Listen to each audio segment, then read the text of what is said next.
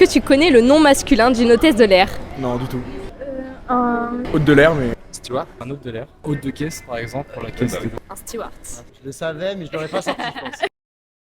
steward. Quelles sont selon vous les missions d'une hôtesse de l'air steward? Veiller à que tout se passe bien. C'est souvent des gens très souriants. Ça permet le placement. Rassurer les passagers qui sont en difficulté. Les personnes qui vont expliquer les premières démarches de sécurité. Apporter la nourriture. Elle et il préparent tout ce qu'il y a avant le vol. Accueil client, service, consigne de sécurité. Combien de temps selon toi on peut devenir hôtesse de l'air ou steward? Interne, 2 ans. 6 mois. 1 an.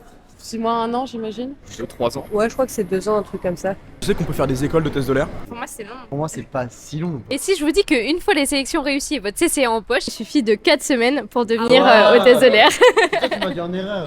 Quelle est l'abréviation utilisée pour définir une hôtesse de l'air steward?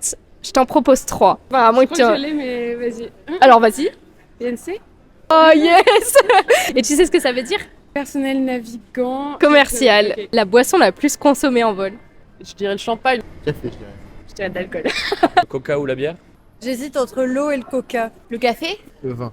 Si je vous dis le jus de tomate, Le jus de tomate. Waouh, je suis très déçue. tomate.